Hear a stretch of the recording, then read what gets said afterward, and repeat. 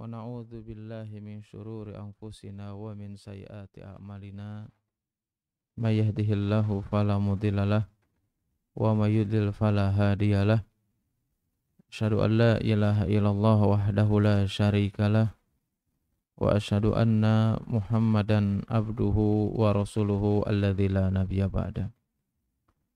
قال الله تعالى في كتابه الكريم يا أيها الذين آمنوا اتقوا الله حق تقاته ولا تموتن إلا وأنتم مسلمون يا أيها الناس اتقوا ربكم الذي خلقكم من نفس واحدة وخلق منها زوجها وبث منهما رجالا كثيرا ونساء واتقوا الله الذي تساءلون به والأرحام إن الله كان عليكم رقيبا يا أيها الذين آمنوا اتقوا الله وقولوا قولا سديدا يصلح لكم أعمالكم ويغفر لكم ذنوبكم ومن يطع الله ورسوله فقد فاز فوزا عظيما أما بعد. Alhamdulillah, segala puji hanya milik Allah Subhanahu wa taala. Kita memohon berlindung serta bertobat kepadanya, dan kita bersaksi bahwasanya tidak ada Tuhan yang berhak disembah kecuali Allah Subhanahu wa taala. Salawat dan salam tidak lupa senantiasa kita curahkan kepada Nabi kita Nabi Muhammad sallallahu alaihi wasallam beserta keluarganya, sahabatnya, tabi'in, tabi'ut tabi'in, dan kepada para pengikutnya yang senantiasa istiqomah berpegang teguh di atas sunnahnya Nabi Muhammad sallallahu alaihi wasallam hingga akhir zaman. Alhamdulillah, pada kesempatan ini kita akan melanjutkan kembali pembahasan kitab Riyadhus Shalihin, yang mana insyaallah pada hari ini kita akan menjelaskan bab selanjutnya, yaitu adalah bab istiqomah atau hal-hal yang berkaitan dengan istiqomah atau keutamaan orang-orang yang istiqomah di atas ketaatan kepada Allah Subhanahu wa taala. Di antara dalil yang pertama, sebagaimana pembahasan-pembahasan sebelumnya, senantiasa Imam Nawawi rahimahullah taala sebelum menjelaskan tentang hadis-hadis yang berkaitan dengan istiqomah, maka diawali atau didahului dengan ayat-ayat yang bersumber daripada Al-Qur'an.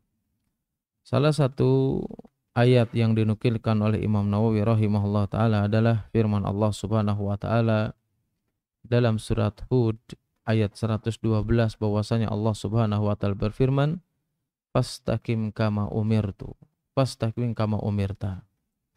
Bahwasanya Allah Subhanahu wa taala memerintahkan kepada nabi kita Nabi Muhammad sallallahu alaihi wasallam untuk tetap istiqomah di jalan yang benar sebagaimana yang telah diperintahkan kepadamu.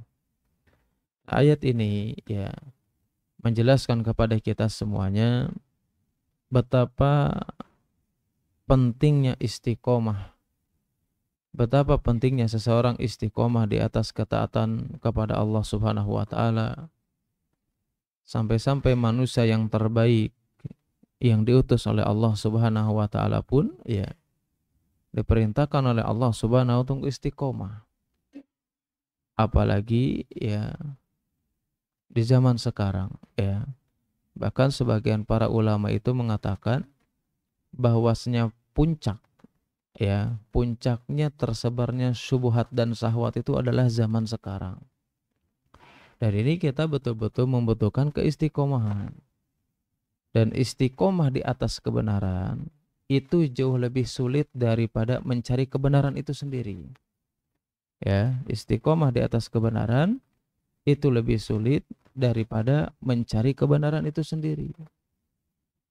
Makanya sebagian kita itu justru mereka tidak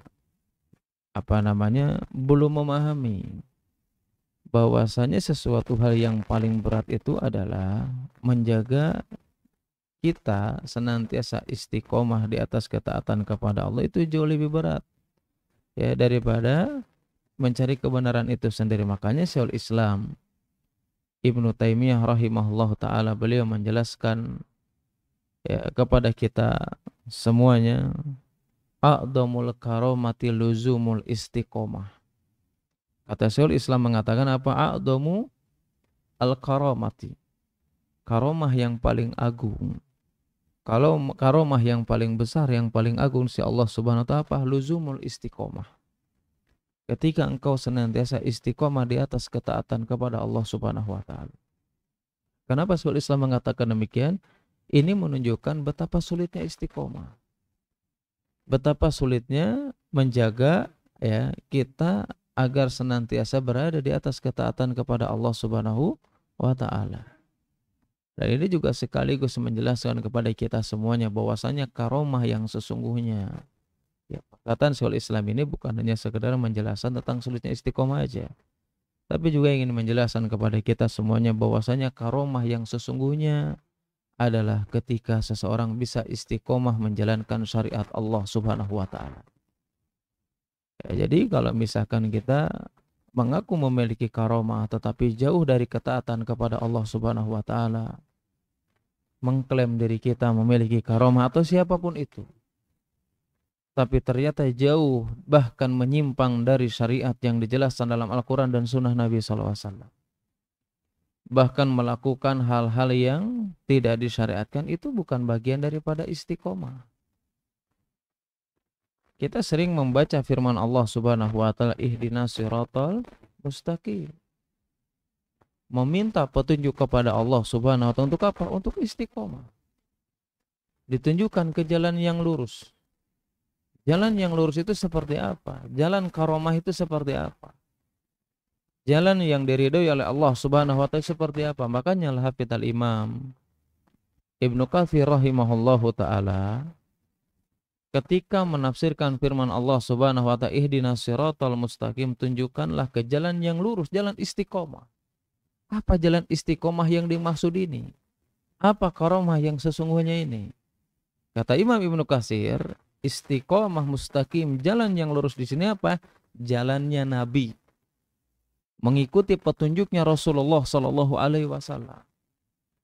Bahkan kata Ibnu Katsir apa? Mengikuti petunjuknya para salaf dari kalangan para sahabat. Jelas mengikuti jalan kebenaran, mengikuti jalan Al-Quran dan Sunnah Nabi Sallallahu Alaihi Wasallam. Inilah yang selama ini kita minta. Makanya Syekhul Islam mengatakan apa? A'dhamul karomati luzumul istiqomah. Karomah yang paling agung bukan yang lainnya.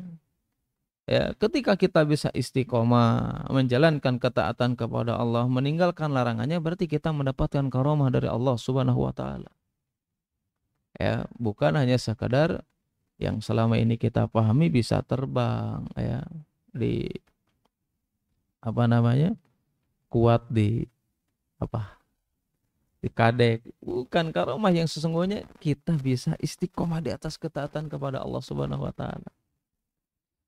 Makanya tadi jelaskan saking sulitnya kita bisa istiqomah di atas kebenaran, lebih sulit daripada mencari kebenaran itu sendiri. Makanya kita apa?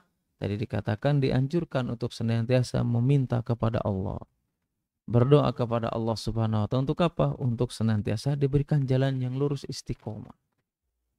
Meskipun memang ya penafsiran para ulama ketika menjelaskan firman Allah Subhanahu wa ta'ala, ihdinas siratal mustaqim, tunjukkanlah ke jalan yang lurus, ini memiliki 3 definisi. Ya, memiliki 3 makna, atau ada 3 penjelasan yang dijelaskan oleh para ulama. Penjelasan yang pertama, meminta petunjuk, meminta jalan yang lurus, maksudnya apa? Maksudnya adalah ketika seseorang berada di jalan kesesatan, dia memohon kepada Allah untuk ditunjukkan jalan yang lurus, yang jalan yang diridhoi oleh Allah Subhanahu wa ta'ala. Ayat ini juga memiliki makna yang kedua, yaitu apa? Meminta petunjuk kepada Allah Subhanahu wa ta'ala. Bagi siapa? Bagi orang yang dia sudah mendapatkan hidayah, bagi orang yang telah mengetahui kebenaran, bagi orang yang berada di atas kebenaran, meminta kepada Allah agar apa? Agar diberikan keistiqomahan di atas kebenaran itu sendiri. Ini tafsir yang kedua. Tafsir yang ketiga dari ayat tersebut atau maksud daripada doa tersebut, yaitu adalah bisa jadi doa ini dimintakan oleh orang yang sudah mendapatkan hidayah. sudah istiqomah di atas ketaatan, dan dia meminta doa dengan doa tersebut apa? Untuk dibukakan pintu-pintu kebaikan yang lainnya. Artinya kita meminta hidayah, meminta jalan yang lurus, meminta istiqomah di sini bukan berarti kita dalam keadaan sesat, enggak. Bisa jadi kita sudah tahu kebenaran. Bisa jadi kita sudah tahu tentang perkara-perkara yang disyariatkan oleh Allah Subhanahu wa taala, tapi kita minta diistiqomahkan di atasnya. Atau kita sudah istiqomah di atas ketaatan kepada Allah, sekaligus dengan doa tersebut kita memohon kepada Allah Subhanahu wa taala untuk apa? Untuk agar dibukakan pintu-pintu kebaikan yang lainnya. Ya, karena pintu kebaikan itu banyak kan begitu. Kita meskipun mungkin sering hadir di kajian, ya, belajar hadis, belajar fikih, masih ada aja kebaikan yang belum kita ketahui. Masih ada aja ketaatan yang belum kita fahami. Bahkan belum kita laksanakan. Makanya meminta doa tersebut. Makanya ada sebagian orang, kenapa kita harus minta ihdinas siratal mustaqim? Emang kita tuh sesat? Bukan kayak gitu maksudnya. Ternyata apa? Ada tiga penafsiran. Atau tiga makna. Intinya apa? Intinya semuanya meskipun ada tiga definisi atau tiga makna dari ayat tersebut yang dijelaskan oleh para ulama, intinya adalah kita memohon kepada Allah Subhanahu wa taala untuk apa? Untuk istiqomah di atas ketaatan kepada Allah Subhanahu wa taala. Nah, karena istiqomah ini berat, akhirnya apa? Allah pun memberikan ganjaran yang luar biasa bagi siapapun yang mereka bisa istiqomah di atas ketaatan kepada Allah Subhanahu wa taala. Apa salah satu ganjarannya? Salah satu sebab seseorang bisa wafat di atas husnul khatimah, itu adalah orang-orang yang mereka istiqomah di atas ketaatan kepada Allah Subhanahu wa taala. Kalau kita pengen husnul khatimah ya harus istiqomah. Ya, kalau misalkan cita-citanya husnul khotimah tapi kitanya nggak istiqomah, ya nggak bakalan tercapai. Makanya ayat yang kedua yang dinukilkan oleh Imam Nawawi rahimahullah taala dalam kitab Riyadhus Shalihin, itu adalah ayat yang sering kita dengar atau sering kita baca. Itu adalah firman Allah Subhanahu wa taala dalam surat Fussilat ayat 30 sampai ayat 32. Bahwasanya Allah Subhanahu wa taala berfirman, "Innal ladzina qalu rabbunallah tsumma istaqamu tatanazzalu alaihimul malaikatu alla takhafu wa la tahzanu wa absyiru bil jannati allati kuntum tu'adun." Ayat ini ya menjelaskan tentang ganjaran, tentang keutamaan atau pahala orang yang istiqomah di atas ketaatan kepada Allah Subhanahu wa taala. Kenapa? Karena Allah mengatakan apa? Innal ladzina qalu rabbunallah tsumma istaqamu. Dan orang-orang yang mengatakan bahwasanya Allah lah adalah Rabb kami, Tuhan kami. Tsumma istaqamu, kemudian dia istiqomah. Apa yang akan diberikan ganjarannya? Tatanazzalu alaihimul malaikatu alla takhafu wa la tahzanu. Maka Allah Subhanahu wa taala akan mengutus para malaikatnya. Untuk apa? Untuk mengatakan alla takhafu wa la tahzanu wa absyiru bil jannati allati kuntum tu'adun. Malaikat akan datang kepada orang yang istiqomah dengan mengatakan alla takhafu wa la tahzanu. Kalian tidak perlu takut dengan hari-hari yang akan kalian lewati. Kalian tidak perlu khawatir dengan hari-hari yang sudah berlalu. Kenapa para ulama mengatakan ayat ini adalah ayat yang menjelaskan ganjaran bahwasanya orang yang istiqomah itu akan wafat dalam keadaan husnul khotimah? Karena ayat ini, atau ketika Allah menjelaskan bahwasanya malaikat itu akan turun, mengatakan jangan takut dan jangan bersedih, itu kapan? Itu adalah ketika momen sakaratul maut. Berarti apa? Inilah ganjaran yang diberikan oleh Allah Subhanahu wa taala melalui siapa? Melalui malaikat yang diutusnya. Supaya apa? Supaya kita wafat dalam keadaan tenang. Ya, meskipun ya sebagian para ulama, tapi tidak secara mutlak. Tidak secara mutlak ya. Meskipun sebagian ulama itu mengatakan kenapa di antara, ya, enggak semuanya, Di antaranya kenapa orang yang wafat dalam keadaan husnul khotimah itu biasanya, meskipun tidak secara mutlak, itu biasanya dalam keadaan senyum. Kenapa? Karena salah satunya, sebagian ulama mengatakan ketika sakaratul maut datang, malaikat memberikan kabar bahagia bahwasanya engkau tidak perlu takut. Dengan apa? Dengan hari-hari yang akan dilewati. Kapan? Ketika dimasukkan ke dalam liang lahat. Ya, karena kita tahu ketika kita sudah berada di liang lahat kita masing-masing, ya bukan perkara yang mudah. Ya, perkara yang sulit. Kita mungkin sesulit apapun permasalahan dalam kehidupan kita, kita masih bisa mencari banyak solusi. Tapi kalau kita sudah masuk ke dalam liang lahat kita masing-masing, nggak ada solusi lain lagi. Ya, nggak bisa kita mau ngeles, nggak bisa. Cuman satu aja modalnya apa? Amalan soleh, udah itu aja, nggak bisa yang lain-lain lagi. Nah, orang yang istiqomah apa? Udah, kamu nggak usah takut. Ya, kenapa? Allah Subhanahu wa Ta'ala akan menjaganya. Bahkan apa? Nggak perlu bersedih dengan apa-apa yang telah berlalu, dengan apa-apa yang telah engkau tinggalkan, baik harta yang kau tinggalkan, istri, anak-anakmu, nggak usah khawatir. Allah yang akan menjaganya. Dengan syarat apa? Dengan syarat dia istiqomah di atas ketaatan kepada Allah Subhanahu wa Ta'ala.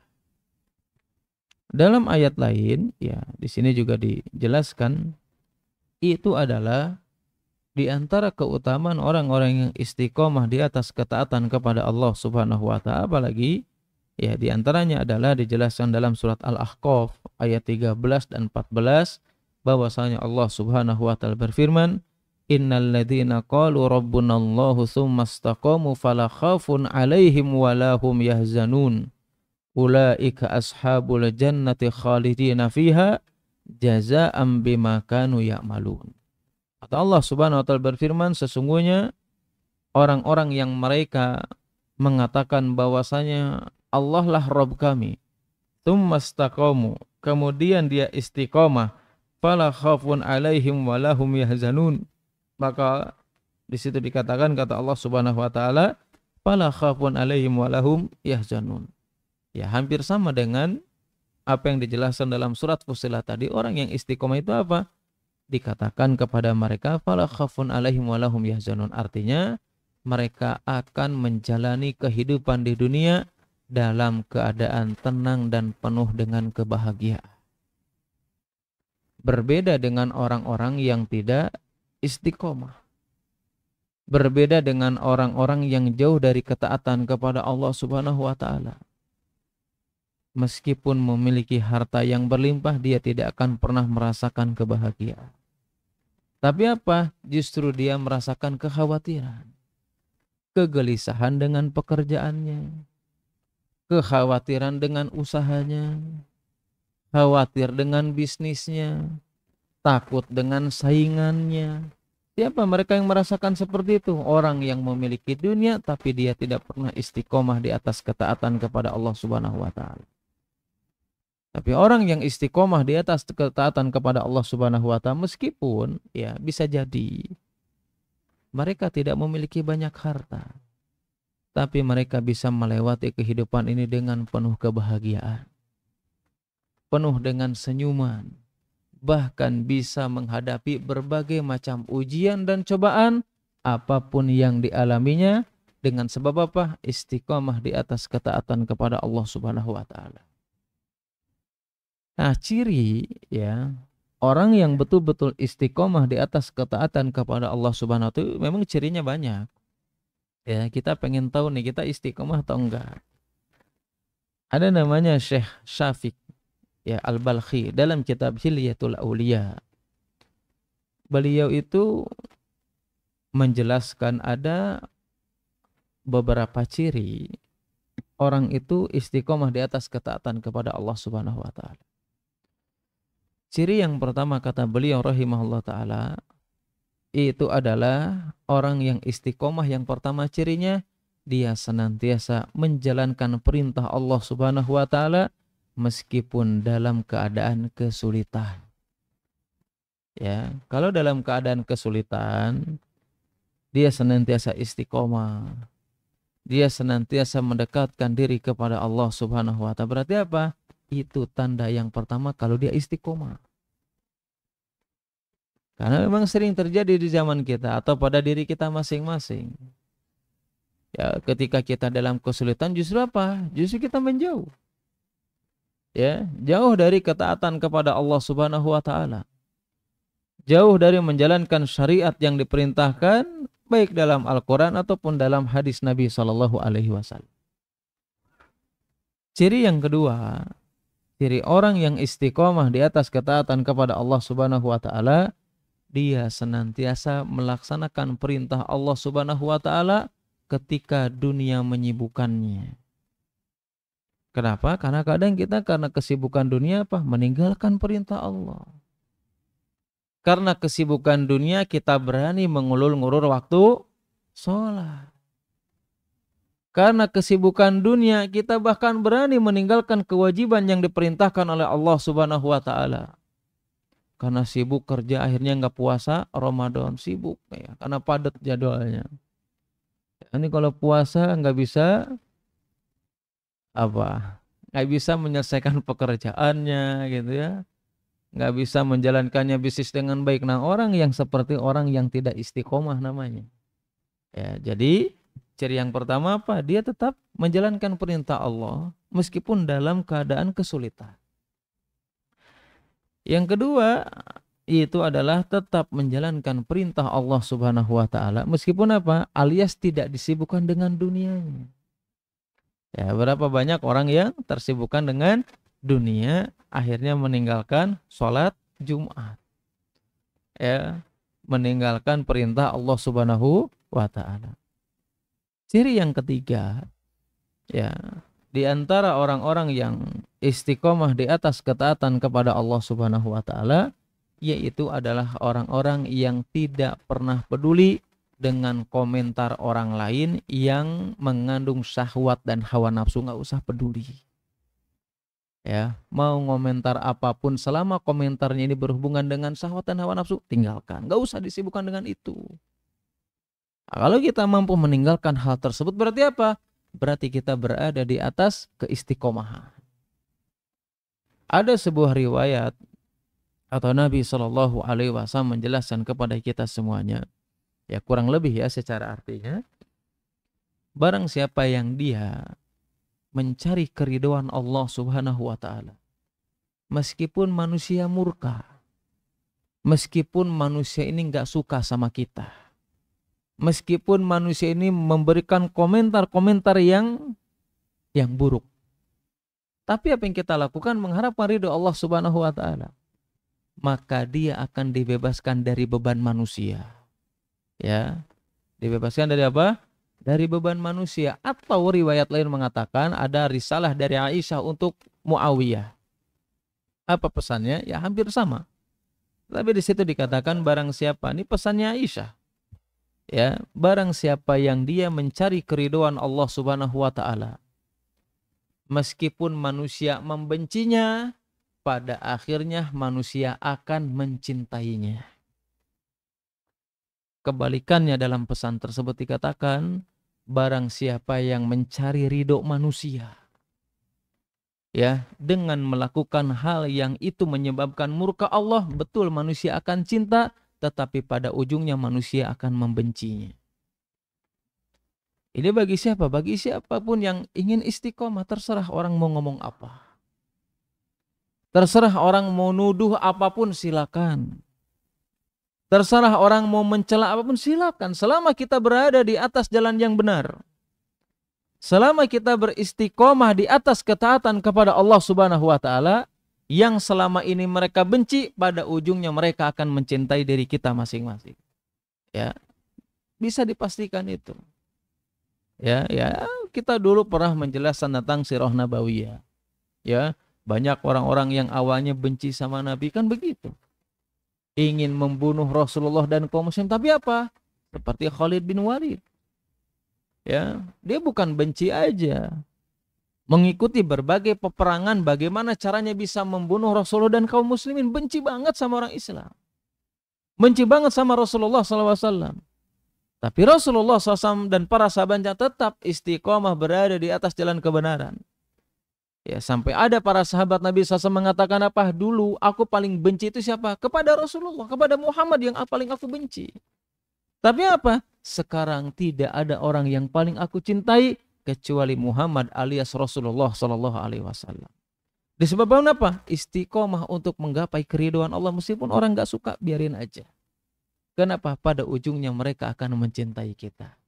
Tapi kalau sebaliknya tadi, kalau kita mencari keridhaan manusia, ya, mau menjelaskan tentang yang hak, aduh, sien dibenci gitu ya, takut dihina, takut dicela. Kalau ada orang seperti itu, ya memang kita akan menjelaskan sesuatu hal yang diinginkan manusia. Sesuai dengan syahwat dan hawa nafsunya, pasti akan cinta sama kita, bahkan mengidolakan kita. Tapi pada ujung-ujungnya mereka akan membenci kita. Mending milih mana? Keridhaan Allah atau keridhaan manusia? Nah, ciri orang yang istiqomah itu kapan? Mereka tidak pernah peduli dengan komentar buruk. Ciri istiqomah, mereka tidak pernah peduli dengan komentar-komentar yang itu berhubungan dengan syahwat dan hawa nafsu. Pokoknya mah udah jalan lurus saja. Sebagaimana Nabi SAW mengatakan apa? Wa ma amartukum bihi fa'tu minhu mastata'tum. Itu sudah, pokoknya apapun yang diperintahkan oleh Allah, laksanakanlah sesuai dengan kemampuanmu. Wa ma nahaitukum anhu fajtanibu. Orang yang istiqomah tidak mendengar larangan yang dijelaskan dalam Al-Quran dan sunnah Nabi SAW kecuali dia meninggalkannya. Itu orang istiqomah. Kemudian ciri yang keempatnya apa? Mereka senantiasa berpegang teguh dengan Al-Quran dan sunnah Nabi SAW. Kalau kita tidak berpegang teguh kepada Al-Quran dan sunnah Nabi SAW, sampai kapanpun kita tidak akan pernah bisa istiqomah. Makanya pesan Nabi SAW kepada sahabat Nabi SAW, antaranya Abu Dzar dan yang lainnya, ketika meminta nasihat, ya.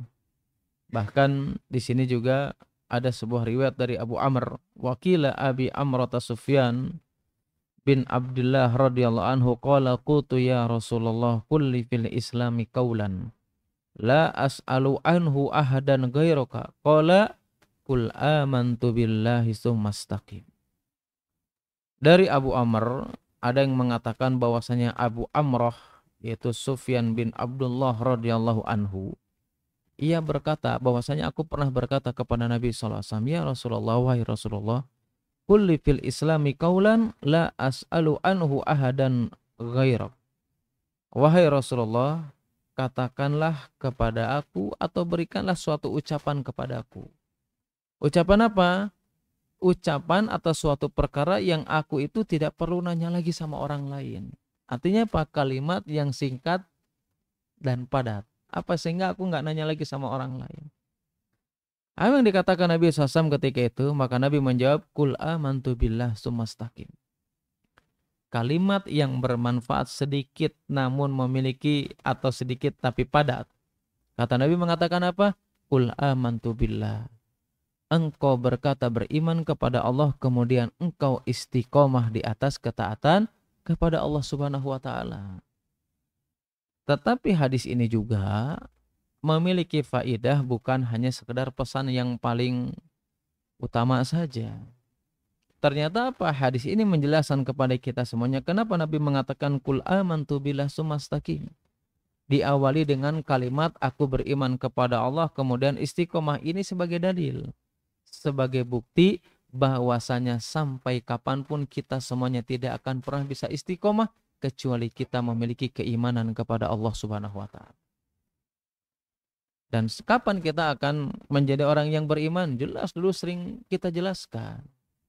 Ya, supaya kita menjadi pribadi yang beriman, ya salah satunya yang paling utama apa? Ya belajar akidah, kan begitu. Belajar tauhid. Apalagi Nabi SAW menjelaskan riwayat yang diriwayatkan Ahmad dan yang lainnya, bahkan disahihkan oleh Syalbani rahimahullah ta'ala. Nabi SAW bersabda, innal imana la yakhlaqu fi jawfi ahadikum kama yakhluqu thawbu fas'alullaha an yujaddidal imana fi qulubikum. Kata Nabi SAW mengatakan bahwasanya keimanan yang ada dalam hati kalian, keimanan yang ada pada hati kita masing-masing, la yahlaku, itu akan usang, itu akan luntur sebagaimana usang dan lunturnya pakaian. Maka Nabi SAW mengatakan apa? Fas'alullaha an yujaddidal imana fi qulubikum. Maka engkau senantiasa memohon berdoa kepada Allah Subhanahu wa taala. Untuk apa? An yujaddidal imana fi qulubikum. Agar supaya Allah Subhanahu wa taala senantiasa memperbaharui keimanan kita. Agar Allah Subhanahu wa taala membersihkan dari hal-hal yang bisa merusak atau mengurangi keimanan kita masing-masing. Supaya apa? Ujungnya supaya kita bisa istiqomah. Kita nggak mau belajar agama, nggak mau belajar Al-Quran, nggak mau mempelajari hadis Nabi SAW, nggak mau hadir di majelis ilmu, nggak mau melakukan yang bisa meningkatkan keimanan, maka mustahil seseorang bisa istiqomah di atas ketaatan kepada Allah Subhanahu wa taala. Karena orang yang beriman, yang berujung di atas keistiqomahan atau di atas ketaatan kepada Allah Subhanahu wa taala, cirinya apa orang yang beriman itu? Di antara cirinya kan banyak ya. Dijelaskan Syekh Sa'di rahimahullah taala, ciri orang yang beriman itu apa? Yang pertama, dia senantiasa apa? Menguatkan pondasi-pondasi dan cabang-cabang yang bisa menguatkan keimanan yang ada dalam hatinya. Dengan apa? Dengan mengilmui alias apa? Dengan mempelajarinya. Kemudian apa? Dengan mengamalkannya. Setiap apa? Setiap perintah yang kita ketahui yang dijelaskan dalam Al-Quran dan Sunnah Nabi SAW. Ciri yang kedua orang yang beriman itu apa? Adalah orang yang senantiasa apa? Melindungi keimanannya dari hal-hal yang bisa mengurangi atau menghilangkan keimanan tersebut. Jadi kalau kita selama ini no penting mah ibadah we gitu, nggak pernah ngontrol gitu. Imannya naik apa enggak nih? Ya, imannya lagi turun atau enggak? Nggak pernah mengecek diri atau menjauhkan diri dari hal-hal yang bisa mengurangi keimanan. Kalau ada perasaan seperti berarti apa? Kurangnya iman. Ya, karena orang yang kurang iman itu apa? Nggak pernah mengontrol keimanan yang ada pada dirinya sendiri. Makanya hal tersebut yang akan menjadikan seseorang apa? Tidak akan mampu istiqomah di atas ketaatan kepada Allah Subhanahu wa taala. Ya, meskipun kita semuanya tahu bahwasanya orang yang istiqomah itu ya sulit untuk sempurna.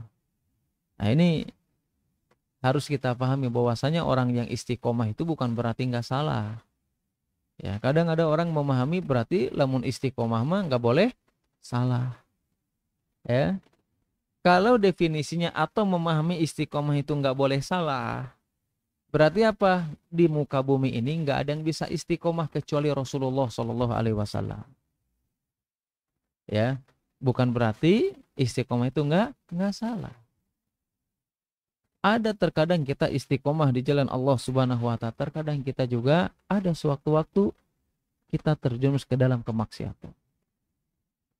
Ya, manusia yang terbaik itu bukan yang nggak salah. Manusia yang terbaik itu adalah ketika dia salah, dia langsung memperbaiki dan bertobat kepada Allah Subhanahu. Itu manusia yang terbaik. Bukan yang nggak salah. Kenapa? Karena Nabi SAW menjelaskan. Ya, semua keturunan Adam itu gimana? Nggak salah. Pasti melakukan kesalahan. Ya, tetapi sebaik-baik yang melakukan kesalahan apa? Dia bertobat kepada Allah Subhanahu wa taala. Nah, makanya Allah Subhanahu wa taala menjelaskan dalam surat Fussilat, kalau nggak salah ayat 6 atau salah satunya ayat 6 kalau nggak salah ya. Nanti dicek lagi. Di situ Allah Subhanahu wa taala mengatakan apa? Fastaqimu ilaihi wastaghfiru. Allah mengatakan apa? Fastaqimu ilaihi wastaghfiru. Memerintahkan kita untuk istiqomah, tapi sekaligus memerintahkan untuk istighfar. Kenapa? Dijelaskan oleh para ulama di antaranya Ibnu Rajab dan yang lainnya, kenapa Allah menggandengkan istiqomah dan istighfar? Karena apa? Pertama alasannya kita tidak akan mampu untuk bisa sempurna istiqomah. Ada saat di mana kita tergelincir ke dalam kemaksiatan, maka ketika kita sadar nggak bisa sempurna, terkadang kita bermaksiat, maka iringilah dengan istighfar alias bertobat kepada Allah Subhanahu wa taala. Makanya apa? Digabungkan istiqomah dengan istighfar untuk menunjukkan tidak akan sempurna. Nah, ketidaksempurnaan itu ditambal, ditutupi dengan memperbanyak bertobat dan istighfar kepada Allah Subhanahu wa taala. Makanya Syekhul Islam Ibnu Taimiyah rahimahullahu taala, beliau itu mengibaratkan ya bahwasanya istighfar, bertobat kepada Allah Subhanahu wa taala, melakukan kebaikan itu diibaratkan sebagai mana air yang bersih dan suci. Adapun dosa dan kemaksiatan, beliau mengumpamakan seperti sesuatu hal yang najis. Artinya apa? Semakin banyak kita melakukan dosa dan kemaksiatan, semakin banyak najis yang ada pada diri kita masing-masing. Semakin banyak bertobat, melakukan amalan soleh, melakukan ketaatan yang diperintahkan oleh Allah Subhanahu wa taala, maka semakin banyak air untuk membersihkan kenajisan yang ada pada diri kita masing-masing. Kenapa Syekhul Islam mengatakan demikian? Ini senada dengan hadis Nabi SAW, bahwasanya Rasulullah SAW bersabda apa? Ittaqillaha haitsu makunta watbi'i sayyi'atal hasanata tamhuha wa khaliqin nas bi khuluqin hasan. Dalam hadis tersebut Nabi SAW mengatakan apa? Ittaqillaha haitsu makunta, engkau bertakwa dimanapun kalian berada. Tapi apakah bisa sempurna? Ketakwaan kita, keistiqomahan kita nggak bisa sempurna. Makanya apa? Ketika itu sadar kita tidak akan pernah bisa sempurna, dalam hadis tersebut dikatakan apa? Watbi'i sayyi'atal hasanata tamhuha. Ketika engkau melakukan keburukan, ketika engkau melakukan kemaksiatan karena ketidaksempurnaanmu untuk istiqomah di jalan Allah Subhanahu wa taala, watbi'i sayyi'atal hasanata. Keburukan tersebut, ketidaksempurnaan tersebut, maka iringilah dengan kebaikan alias dengan amalan saleh, salah satunya adalah bertobat kepada Allah Subhanahu wa taala, karena nggak ada yang sempurna. Apalagi kita tadi jelaskan bahwasanya hal yang sulit kita untuk bisa istiqomah di atas ketaatan kepada Allah Subhanahu wa taala. Maka apa? Ya kalau kita sulit, selain kita berdoa kepada Allah Subhanahu wa taala agar kita bisa istiqomah di atas ketaatan kepada Allah Subhanahu wa taala, jelas itu harus senantiasa kita berdoa memohon kepada Allah Subhanahu wa taala. Jangan sampai ya sebelum hijrah kita banyak berdoa minta hidayah, minta petunjuk. Pas kita sudah dapat hidayah lupa kita berdoa. Kita ingatnya cuma urusan dunia aja. Ya, pas kita sudah berada di atas ketaatan atau dalam keadaan hijrah, kita lupa kepada Allah, berdoa untuk apa? Agar diberikan keistiqomahan. Nah, yang paling penting kalau kita sudah mendapatkan hidayah, mendapatkan petunjuk dari Allah Subhanahu wa taala, berada di atas jalan kebenaran, maka apa? Hiasilah dengan berbagai amalan-amalan sunnah. Supaya apa? Supaya kita bisa istiqomah. Ya, kenapa? Ya, para ulama menjelaskan ketika bukan hanya sekedar kewajiban yang kita lakukan, tetapi juga kita dihiasi dengan amalan-amalan sunnah yang diajarkan Nabi SAW, maka para ulama menjelaskan setan itu ketika akan menggoda manusia untuk meninggalkan kewajiban, mereka terhalang dengan benteng amalan-amalan sunnah yang selama ini kita lakukan. Maka apa? Memperbanyak amalan sunnah itu salah satu benteng untuk menjaga kita untuk bisa istiqomah di atas ketaatan kepada Allah Subhanahu wa taala. Berarti apa? Kalau kita sholat wajib, barengi dengan sholat rawatibnya, kan begitu. Kalau kita puasa wajib, berarti diiringi dengan puasa sunnah. Nanti sebentar lagi Ramadan, iringi lagi dengan puasa sunnah lainnya. Puasa apa biasanya? Puasa Syawal, Senin Kemis gitu ya, Ayyamul Bid dan yang lainnya. Supaya apa? Supaya kita bisa menjaga untuk bisa tetap istiqomah di atas ketaatan kepada Allah Subhanahu wa taala. Dengan apa? Dihiasi dengan berbagai amalan sunnah yang diajarkan oleh Nabi Shallallahu Alaihi Wasallam kepada kita semuanya. Kemudian ya Di antara hadis Nabi Shallallahu Alaihi Wasallam yang lainnya, ya bahkan ini tentang istiqomah pendek ya. Ini hanya hadis yang terakhir di bab istiqomah. Di antara hadis yang lainnya yang dinukilkan oleh Imam Nawawi rahimahullahu taala, ya hal yang berkaitan dengan sunnah, ya meskipun tadi kita tahu bahwasanya di antara hal yang harus kita lakukan untuk menjaga istiqomah itu memperbanyak amalan sunnah. Salah satunya apa kira-kira yang bisa kita rutin lakukan? Setelah kajian tidak meninggalkan sholat suruh. Sunnah apa bukan? Sunnah. Pengen istiqomah apa enggak? Ya bukannya sekedar pahalanya aja. Orang yang sholat suruh itu pahalanya apa? Umroh dan haji secara sempurna. Nah, kalau kita udah mendapatkan pahala seperti haji dan umroh sempurna, kemudian kita pengen istiqomah, ya jangan ditinggalkan sunnah itu. Ya, salah satunya apa? Salat syuruk. Sayang kita sudah ya berada di majelis ilmu. Ya, salat paling berapa menit? Ya, berapa? 10 menit. Salat ayatnya Al-Baqarah mungkin ya.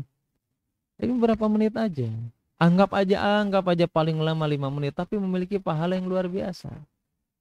Makanya dulu saya pernah mengingatkan, kalau nggak salah di sini perkataannya siapa? Perkataannya Syekh Nu'man hafizahullahu taala. Ya, beliau mengatakan apa? Orang-orang yang membiasakan dengan amalan-amalan sunnah, atau orang-orang yang membiasakan meninggalkan amalan sunnah, maka orang tersebut akan terjerumus, akan meninggalkan sesuatu kewajiban. Ya biarinlah dah sunnah ya. Kalau udah ngomong kayak gitu tuh, dikit-dikit biarin sunnah lain wajib. Orang yang senantiasa melakukan, mengucapkan kalimat tersebut, meninggalkan sunnah karena sunnahnya, maka ada waktu di mana dia terjerumus untuk meninggalkan kewajiban. Ya makanya para ulama itu mengatakan, ya para salaf terdahulu, orang-orang terdahulu itu, mereka melaksanakan, mengerjakan sunnah karena sunnah. Berbeda orang zaman sekarang, meninggalkan sunnah karena sunnah. Ya kalau orang zaman dahulu mah melaksanakan sunnah karena tahu ini sunnahnya Rasulullah, dijalankan oleh orang-orang terdahulu. Nah manusia zaman sekarang apa? Meninggalkan sunnah karena sunnah. Karena sunnah udah tinggalkan gitu. Nah orang-orang yang kayak gitu lambat laun, dia akan terjerumus meninggalkan sesuatu kewajiban yang diperintahkan oleh Allah Subhanahu wa taala. Kalau kita pengen istiqomah berarti apa? Tadi kan selain sholat wajib ada sholat rawatibnya, qobliyah, ba'diyah, itu salah satu sholat suruh. Kalau kita ingin menjadi orang yang istiqomah. Kemudian hadis yang berikutnya Nabi SAW bersabda, an Abi Hurairah radhiyallahu anhu, qala Rasulullah sallallahu alaihi wasallam, qaribu wasaddidu wa'lamu annahu lam yanjuwa ahadun minkum bi amalihi. Qalu wala anta ya Rasulullah, qala wala ana illa an yataghammadani Allah bi rahmatin minhu wa fadla, rawahul Muslim. An Abi Hurairah radhiyallahu anhu, bahwasanya dari Abu Hurairah radhiyallahu taala anhu, ia berkata bahwasanya Rasulullah sallallahu alaihi wasallam bersabda, qaribu wasaddidu. Nabi SAW memerintahkan apa? Qaribu, ya alias bersegeralah, ya maksudnya bersegeralah melakukan amalan soleh. Wasaddidu, dan engkau lurus, alias engkau istiqomah di atas ketaatan kepada Allah Subhanahu wa taala. Wa'lamu, maka ketahuilah, annahu lan yanju ahadun minkum bi amalihi. Ketahuilah sesungguhnya tidak ada seorang pun yang dapat selamat karena amalnya. Artinya apa? Ada orang, atau hadis ini mengatakan kepada kita semuanya, sebagaimana ya sebagian orang-orang mengatakan apa, nggak perlulah banyak-banyak amalan soleh, agama mah tong jero teuing, kan begitu ada. Jangan terlalu fanatik. Kenapa? Da asup surga malen ku amal, cenah kunaon? Rahmat Allah Subhanahu wa taala. Benar apa enggak nih? Benar apa enggak? Benar. Cuman salah paham. Ya, salah paham. Wah, nggak usah terlalu fanatik lah. Islam yang biasa-biasa aja. Ada yang kayak gitu banyak. Yang harusnya itu apa? Ada nanti juga masuk Islam dengan rahmat Allah Subhanahu wa taala. Coba. Di sisi lain Allah mengatakan bahwasanya amalan soleh itu adalah sebab masuk surga. Tapi hadis ini mengatakan apa? Tidak ada yang selamat dengan amalan solehnya. Ternyata apa yang bisa menyelamatkan seseorang itu adalah rahmat Allah Subhanahu wa taala. Gimana? Bertolak belakang apa enggak? Hah? Bertolak belakang? Tidak. Ya, justru apa? Di antara sebab seseorang mendapatkan rahmat Allah Subhanahu wa taala adalah dengan melakukan amalan soleh. Ya, bagaimana dia ngomong, nggak usah terlalu dalam masalah agama, nanti masuk Islam rahmat. Emang yakin mendapatkan rahmat dari Allah? Sedangkan rahmat Allah Subhanahu wa taala itu tidak akan pernah diberikan kepada seseorang kecuali dia senantiasa melakukan amalan soleh yang diperintahkan oleh Allah Subhanahu wa taala. Salah satunya firman Allah Subhanahu wa taala sebagai bukti bahwasanya rahmat Allah itu akan didapatkan dengan amalan soleh. Ya, dalam surat Al-Baqarah kalau nggak salah ayat 218. Di situ Allah Subhanahu wa taala berfirman, "Innalladzina amanu walladzina hajaru wajahadu fi sabilillah ulaika yarjuna rahmatullah." Dalam ayat tersebut Allah mengatakan apa? Innalladzina amanu. Sesungguhnya orang-orang yang beriman, alladzina hajaru wajahadu, kemudian mereka berhijrah dan mereka berjihad di jalan Allah Subhanahu wa taala. Tidak ada yang mereka lakukan kecuali yarjuna rahmatullah, kecuali dia mengharapkan rahmat dari Allah Subhanahu wa taala. Berarti apa? Ayat ini menjelaskan bahwasanya amalan soleh, jihad amalan soleh atau bukan? Jelas amalan soleh. Di antara amalan yang paling agung yang diperintahkan oleh Allah Subhanahu wa taala. Hijrah apakah bukan amalan soleh? Jelas amalan soleh. Ya, ketika dia jihad, hijrah dalam ayat tersebut apa? Mereka mengharapkan apa? Rahmat Allah Subhanahu wa taala. Berarti apa? Amalan soleh itu di antara sebab seseorang mendapatkan rahmat dari Allah Subhanahu wa taala. Atau enggak salah, kalau enggak salah dalam surat Al-A'raf ayat 56 atau 58. Di situ Allah Subhanahu wa taala menjelaskan kepada kita semuanya. Inna rahmata qaribun minal muhsinin. Bahwasanya rahmat Allah Subhanahu wa taala itu dekat dengan orang-orang muhsinin. Muhsinin itu apa? Orang yang melakukan ihsan. Yang melakukan ihsan itu apa? Orang yang melakukan ketaatan kepada Allah Subhanahu wa taala. Ya, jadi jangan pernah disalahfahami. Alasannya apa? Itu mah alasan orang yang malas-malasan ibadah. Ya, alasan nukedul ibadah. Ya. Ngeles tinu ibadah tujuannya apa? Nu penting mah kewe rahmat Allah baik, saya mata salat oge. Kata siapa? Ya, emang ente enggak salat bakal dapat? Enggak mungkin. Ya, maksudnya hadis ini ingin menjelaskan itu. Ya, meskipun memang sebagian ayat atau sebagian hadis mengatakan masuk surga dengan rahmat Allah bukan dengan amalan soleh. Betul, karena rahmat Allah itu akan didapatkan dengan amalan soleh.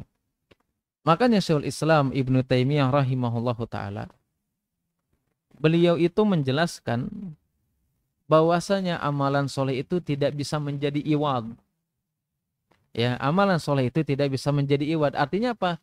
Amalan soleh itu tidak bisa untuk membayar surganya Allah Subhanahu wa taala. Emang amalan soleh kita itu segimana? Coba bayangkan. Ya, segimana emang? Ya, tidak sebanding dengan surga dan kenikmatan yang ada di dalamnya. Makanya Syekhul Islam mengatakan apa? Tidak bisa dikatakan iwad, nggak bisa untuk membayar surga. Makanya apa?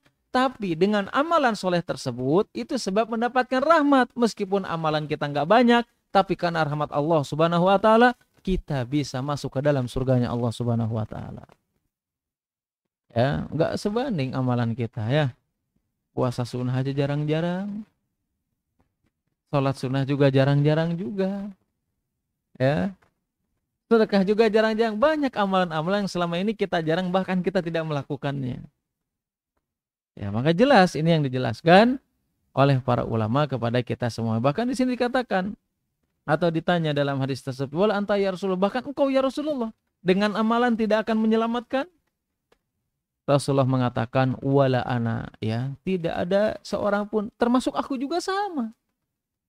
Bahwasanya amalan tersebut tidak akan menyelamatkan. Kecuali apa? Illa an yataghammadani Allah bi rahmatihi minhu wa fadli. Kecuali karena rahmat dan karunia dari Allah Subhanahu wa taala, yang itu yang bisa menyebabkan kita semuanya masuk ke dalam surganya Allah Subhanahu wa taala. Wallahu alam bissawab. Jelas sampai sini, Mbak? Ada yang mau ditanyakan dulu? Oh iya, gimana?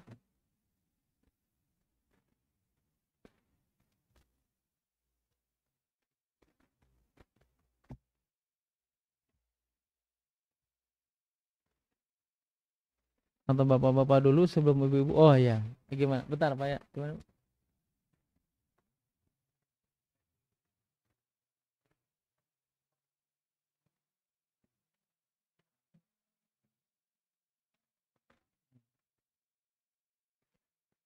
Hmm. Tuba lil ghuraba. Hadisnya Nabi SAW mengatakan apa? Berbahagialah para guroba. Guroba itu secara bahasa nih ya, secara bahasa itu adalah orang asing. Kenapa disebut guroba? Bahkan Nabi SAW, tuba lil guroba, bergembiralah, berbahagialah orang yang terasing. Kenapa Nabi SAW mengatakan gembira padahal dia terasing? Maksudnya asing di sini atau guroba di sini adalah orang yang dia senantiasa istiqomah di atas sunnah Nabi SAW. Istiqomah di atas ketaatan kepada Allah, meskipun umumnya manusia mereka jauh dari ketaatan kepada Allah Subhanahu wa taala. Dan ini terjadi di zaman fitnah. Ya, orang nggak mau ibadah, orang membenci sunnah, orang membenci syariat yang dijelaskan dalam Al-Quran dan sunnah Nabi SAW. Tapi kita tetap istiqomah, kita tetap berpegang teguh dengan ajaran yang dibawa Nabi SAW, maka mereka adalah guroba, mereka yang memperbaiki keadaan dengan ketaatan di tengah-tengah manusia yang mereka berada di dalam penyimpangan.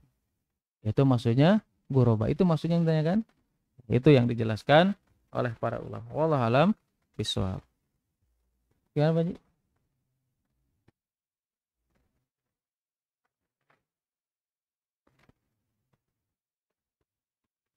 Hmm.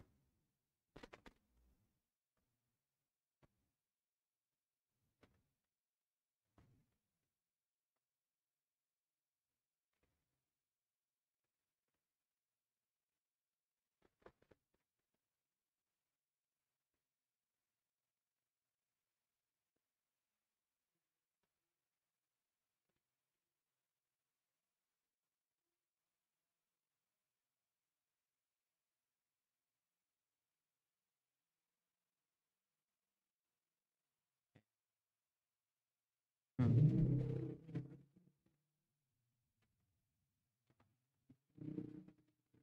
Hmm. Ya,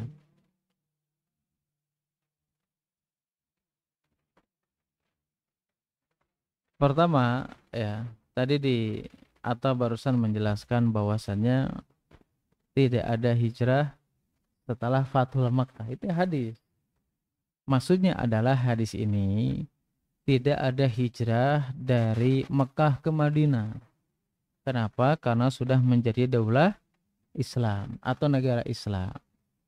Nah, kemudian ya, apakah ada sebuah amalan yang amalan tersebut sebanding dengan hijrahnya kita kepada Nabi sallallahu alaihi wasallam? Jelas ada. Bahkan Imam Nawawi rahimahullahu taala menjelaskan atau menafsirkan sebuah hadis Nabi sallallahu alaihi wasallam, bahwasanya Nabi sallallahu alaihi wasallam menjelaskan kepada kita semuanya ya, bahwasanya siapapun yang mereka istiqomah di atas ketaatan kepada Allah Subhanahu wa taala fil haraj, dalam keadaan haraj. Apa yang dimaksud dalam hadis tersebut dalam keadaan haraj? Kata Imam Nawawi rahimahullah ta'ala dan ulama-ulama yang lainnya, Haraj itu adalah zaman ketika tidak ada kestabilan. Baik tidak stabil dalam masalah ekonomi, tidak stabil dalam masalah keamanan, baik dalam keadaan kegoncangan, kesulitan, dan yang lainnya. Selama dia beribadah fil haraj dalam keadaan tersebut, kahijratin ilayya. Maka kata Nabi SAW, orang yang istiqomah nih dalam berbagai kondisi apapun, kesulitan ekonomi dan yang lainnya, tapi dia beribadah dalam keadaan haraj tersebut, kahijratin ilayya, kata Nabi SAW, maka orang tersebut seperti hijrah kepadaku. Dan pahala hijrah itu tidak bisa didapatkan oleh setiap orang, kecuali orang-orang pilihan. Bahkan faidah yang bisa kita ambil, kenapa Nabi SAW mengatakan orang yang dia seperti tadi Ghuraba tadi, dia dalam keadaan penuh dengan fitnah, ketidakstabilan, tapi dia istiqomah. Kenapa pahalanya seperti hijrah kepada Nabi SAW? Para ulama menafsirkan karena ketika dulu di zaman hijrah Nabi SAW, orang yang hijrah itu banyak apa sedikit? Sedikit, banyaknya orang gak hijrah. Dan orang yang bisa istiqomah, mampu melakukan ketaatan dalam kondisi yang ketidakstabilan, hanya orang-orang pilihan dan hanya sedikit saja. Ya, makanya itu yang dijelaskan oleh Nabi SAW. Intinya apa? Ya, salah satu yang bisa mendapatkan ganjaran seperti itu apa? Tetap istiqomah di atas ketaatan kepada Allah dalam berbagai kondisi dan keadaan, terutama ketika dalam keadaan kekacauan ataupun ketidakstabilan. Itu Nabi SAW yang menjelaskan. Pahalanya seperti hijrah kepada Nabi SAW. Itu pertanyaannya Pak ya? Wallahu a'lam bishawab. Itu aja. Oh, yang kedua apa?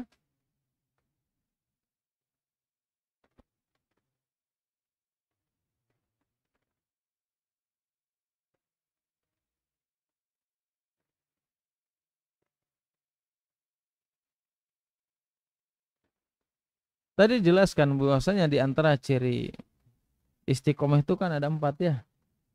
Salah satunya atau di antaranya ya dia menjalankan perintah Allah Subhanahu wa taala ya, meskipun dalam keadaan kesulitan, tidak tersibukkan dengan dunia. Nah, kalau selama ini mungkin karena sekali nggak ngelaksanakan sunnah karena ada udzur ya itu mah beda lagi. Tapi kalau seandainya nggak pernah, bahkan nggak mau meninggalkan amalan-amalan sunnah, itu kurang istiqomah memang. Ya, karena orang yang istiqomah itu apa? Tadi jelaskan bahwasanya Syekhul Islam mengatakan apa? A'dhamul karamah luzumul istiqomah. Dia senantiasa konsisten menjalankan perintah Allah, baru itu istiqomah namanya. Meskipun ada sesekali kekurangan, ya kemaksiatan, bahkan bukan hanya sekedar meninggalkan sunnah, maksiat dia.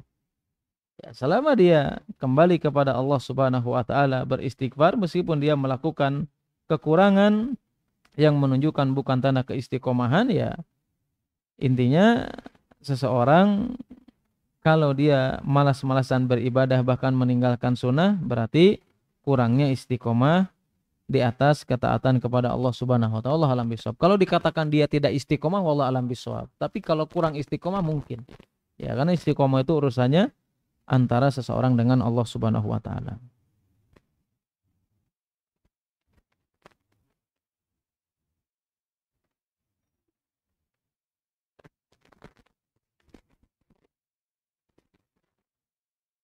Bismillah Pak Ustadz, bagi perempuan saat di dalam sholat ketika sujud, kedua telapak tangan terhalang oleh mukena, jadi tidak langsung telapak menempel ke sejadah. Mohon penjelasannya. Tidak ya jelas ya, dalil yang secara zahir ketika kita sujud itu ya harus menempel secara langsung. Itu yang lebih utama.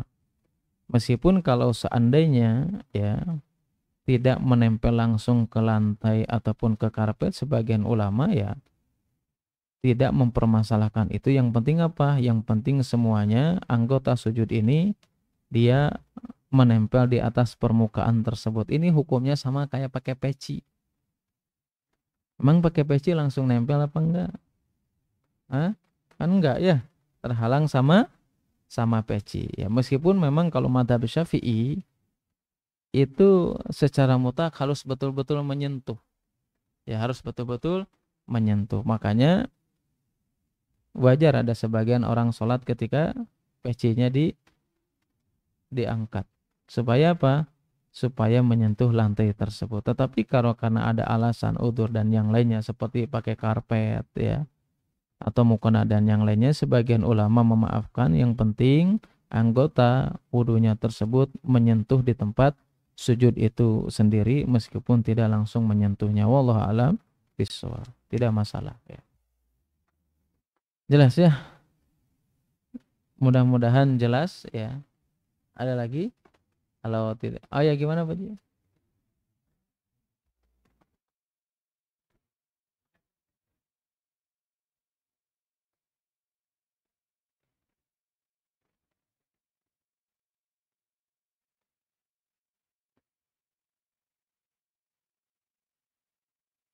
Oh jelas ya.